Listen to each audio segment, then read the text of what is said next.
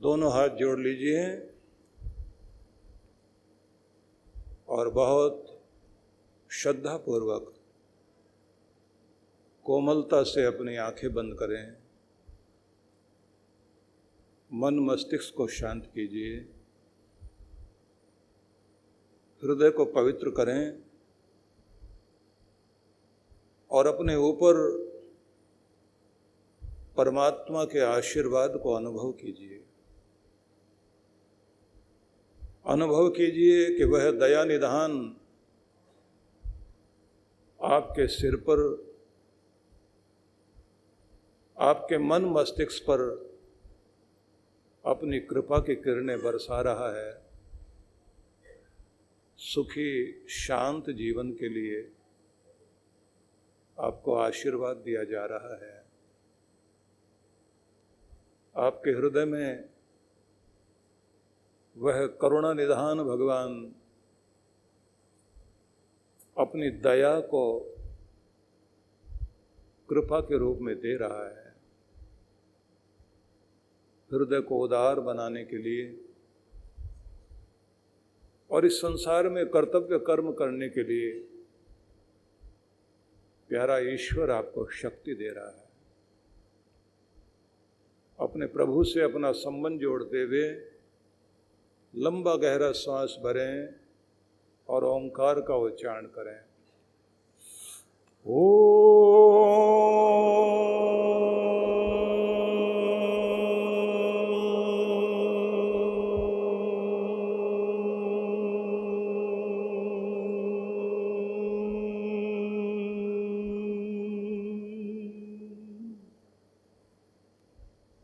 मन मन में भगवान से प्रार्थना कीजिए, असतो मां सद्गमय। हे प्यारे ईश्वर, असत से हटाकर हमें सत्य मार्ग दिखाइए। तमसो मां ज्योतिर्गमय। हमें अंधेरों से हटाइए, उजालों की ओर ले चलिए। हमारा भ्रम, हमारा संशय मिटाइए। हमें सद्ज्ञान दीजिए भगवान। हमारी निराशा हटाइए, हमारे भीतर आशा का संचार कीजिए। हम अशक्त न रहें, हमें शक्तिवान कीजिए। मृत्योर्मा अमृतम गमय। हम दुख से, संताप से, पीड़ा से दूर होकर प्रभु आपके प्रेम को, आनंद को, शांति और शक्ति को प्राप्त करें। सभी की झोलियां भरें, सभी निहाल हों, खुशहाल हों।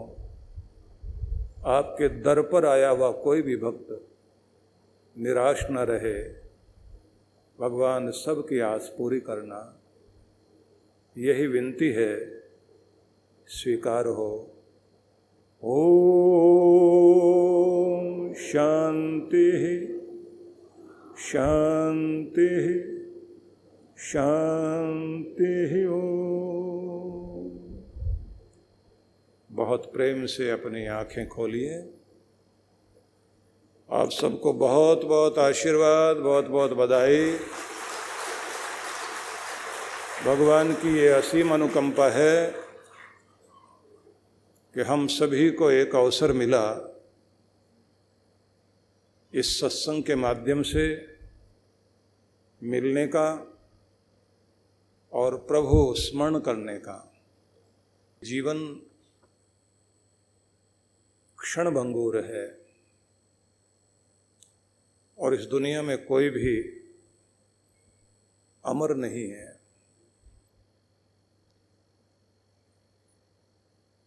जब युधिष्ठिर से यक्ष ने पूछा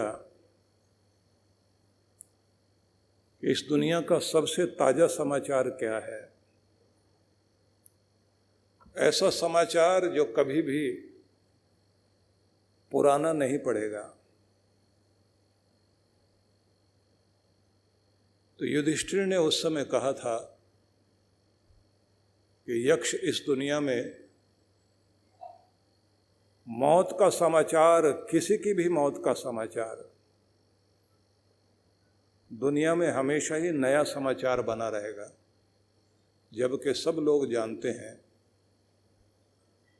कि जो आया है तो जाएगा जरूर।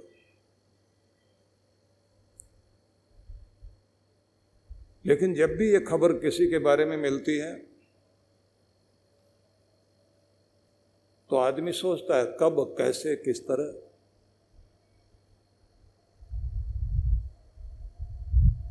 पूछा यक्ष ने फिर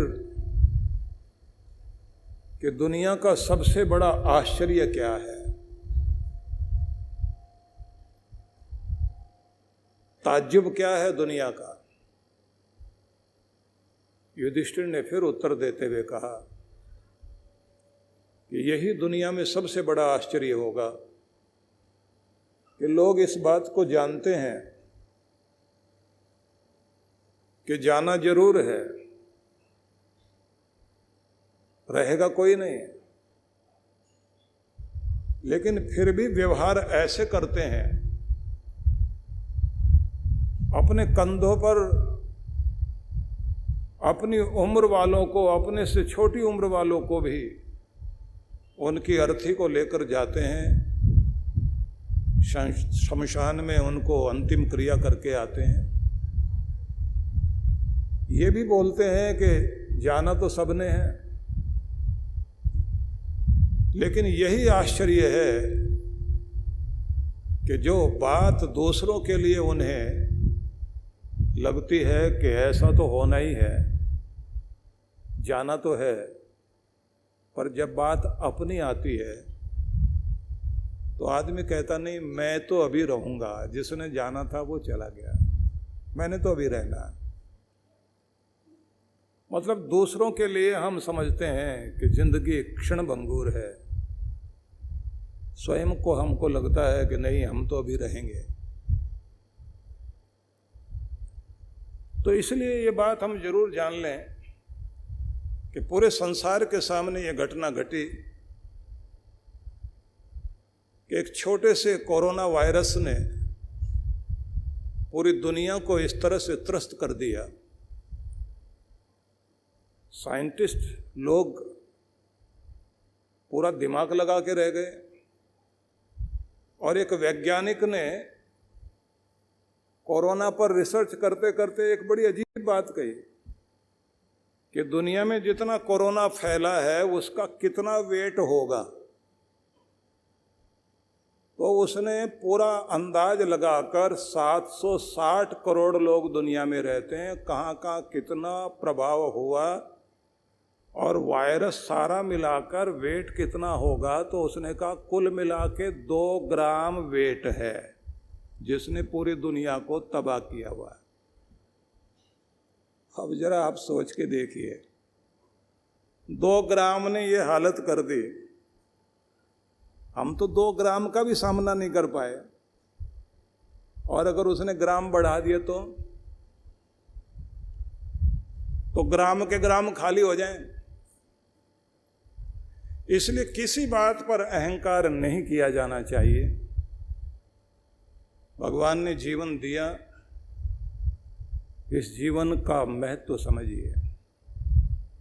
वेदों में एक संदेश है, मृत्यु हो पदम योपयंतो यदेत, कि मृत्यु किसी न किसी रूप में तुम्हारे सामने आएगी, दुख बनकर, पीड़ा बनकर, अपमान बनकर, जो तुम्हारे पास कीमती है उसको छीनने के लिए आएगी। लेकिन मृत्यु के पांव को, उसके पंजे को जो हिम्मत के साथ उखाड़ कर आगे बढ़ने के लिए तत्पर रहता है, मृत्यु उसको सत्कार किया करती है। और जो डर कर जिया करता है तो मृत्यु उसको हर जगह डराती है। तो इसलिए वहां एक संदेश दिया गया, इमं जीवेभ्य परिधिम दधामि मैशामनुगादपुरो अर्थमेतम, मैं तुम्हें एक परिधि देता हूं, एक अवधि देता हूं। इस अवधि तक शतम जीवंतु शरद पुरुचि ददताम मृत्युम पर्वतेन। तुम 100 वर्षों के प्रभात को देखने योग्य बनो और मेरी दी हुई अवधि को तोड़ो नहीं। तो 100 प्रभात हम देखें, इसकी हिम्मत और इसकी शक्ति हमें बनानी चाहिए। दुनिया के जितने भी वे देश हैं जिनको ब्लू जोन में माना गया है, जिन्हें कहा गया है कि जहाँ पर लोग लंबी आयु जीते हैं और स्वस्थ हैं, खुश हैं, उन सब के संबंध में एक फ्रेंच लेखक हुआ है जिसने एक पुस्तक लिखी इकिगाई नाम से, बहुत लोगों ने पढ़ी होगी। उसने एक, और मैं आपको भी सलाह दूंगा कि एक बार आप पढ़ें जरूर, आपको कुछ सूत्र मिलेंगे। क्योंकि हम लोग तिजोरी भरने में बड़ा समय लगा रहे हैं, सामान जोड़ने में लगा रहे हैं, लेकिन सबसे महत्वपूर्ण जीवन में अगर कुछ चीज हो सकती है तो सबसे महत्वपूर्ण आप हैं। और आपके महत्वपूर्ण होने में भी आपका स्वस्थ जीवन होना और स्वस्थ रहना ये ज़्यादा महत्वपूर्ण है। तो इसकी कीमत चुकानी चाहिए। जब इन लोगों से पूछा गया, जैसे जापान में ओकिनावा में बहुत लंबी आयु वाले लोग रहते हैं, तो उनसे पूछा गया आपके वेदों में लिखा है 100 वर्षों तक जियो और प्रभात का आनंद लो। तो एक बुजुर्ग से वहां पूछा गया कि आप स्वस्थ और अच्छे जीवन के लिए क्या सूत्र देना चाहोगे। तो जैसे बच्चों को समझाते हैं, उसने उस तरह की बात कही, स्लीप वेल, प्ले वेल, ईट वेल। अब सामान्य सी बात लगती है, अच्छे से सोना सीखो और अच्छे से खाओ और अच्छे से खेलो भी और अच्छे से जियो। अब देखने में, सुनने में तो लगता बहुत सामान्य बात है, लेकिन अगर आप विचार करें, इतने व्यस्त हो गए हम लोग कि क्वालिटी वाली नींद हम लोगों को प्राप्त नहीं हो पा रही। अभी दुनिया भर के लोगों ने इस बात को कहना शुरू कर दिया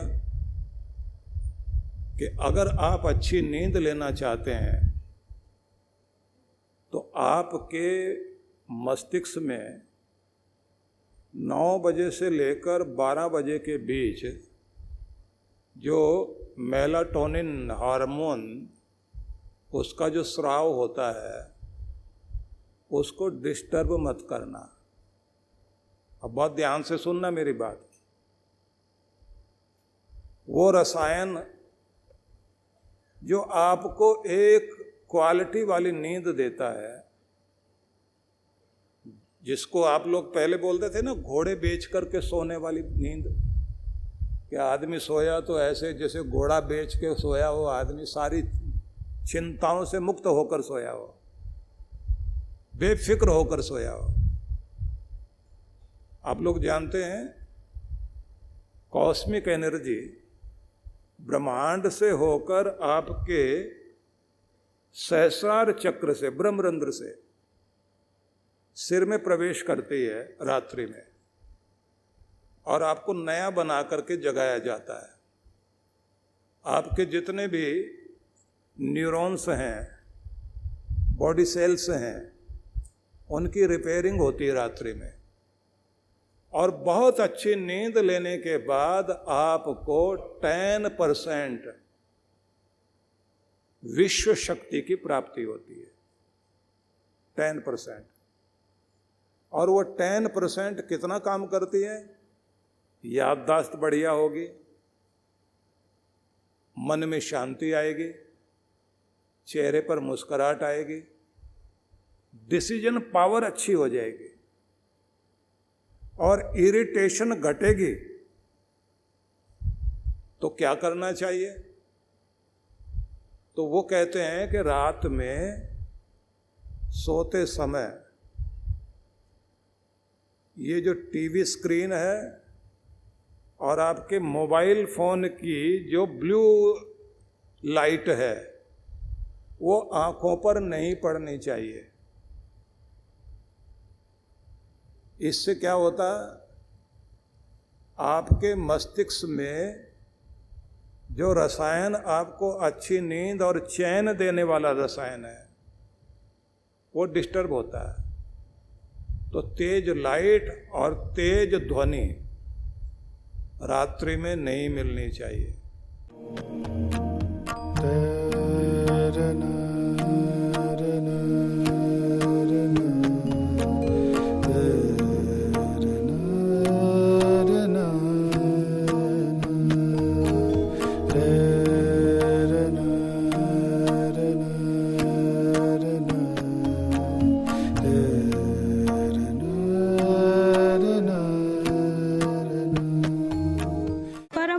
सद्गुरुदेव सुधांशु जी महाराज के पावन सानिध्य में जीवन में सुख शांति एवं समृद्धि के सूत्र विराट भक्ति सत्संग कार्यक्रम की रूपरेखा 7 दिसंबर से 11 दिसंबर 2022। समय प्रातः 9 बजे से 11 बजे तक व सायं 5 बजे से 7 बजे तक। सत्संग स्थल MBMC क्रिकेट एकेडमी ग्राउंड, मेरी गोल्ड कॉम्प्लेक्स के पास, पानी की टंकी, बेवर्ली पार्क, मीरा रोड, पूर्व ठाणे, महाराष्ट्र। विशेष सूचना 10 दिसंबर 2022 का कार्यक्रम वरदान लोक आश्रम में प्रातः 10 बजे से 12 बजे तक होगा। विशेष कार्यक्रम गुरु मंत्र एवं दीक्षा रविवार 11 दिसंबर 2022 दोपहर 12 बजे सत्संग स्थल पर। आयोजक विश्व जागृति मिशन मुंबई मंडल। संपर्क सूत्र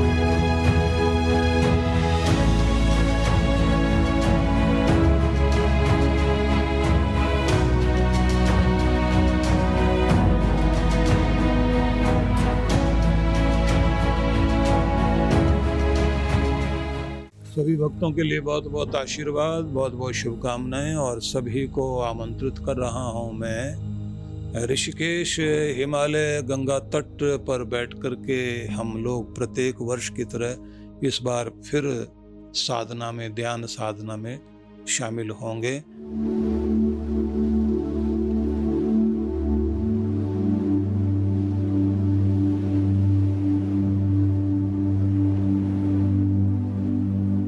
यह कार्यक्रम रहेगा 17 नवंबर से 20 नवंबर 2022।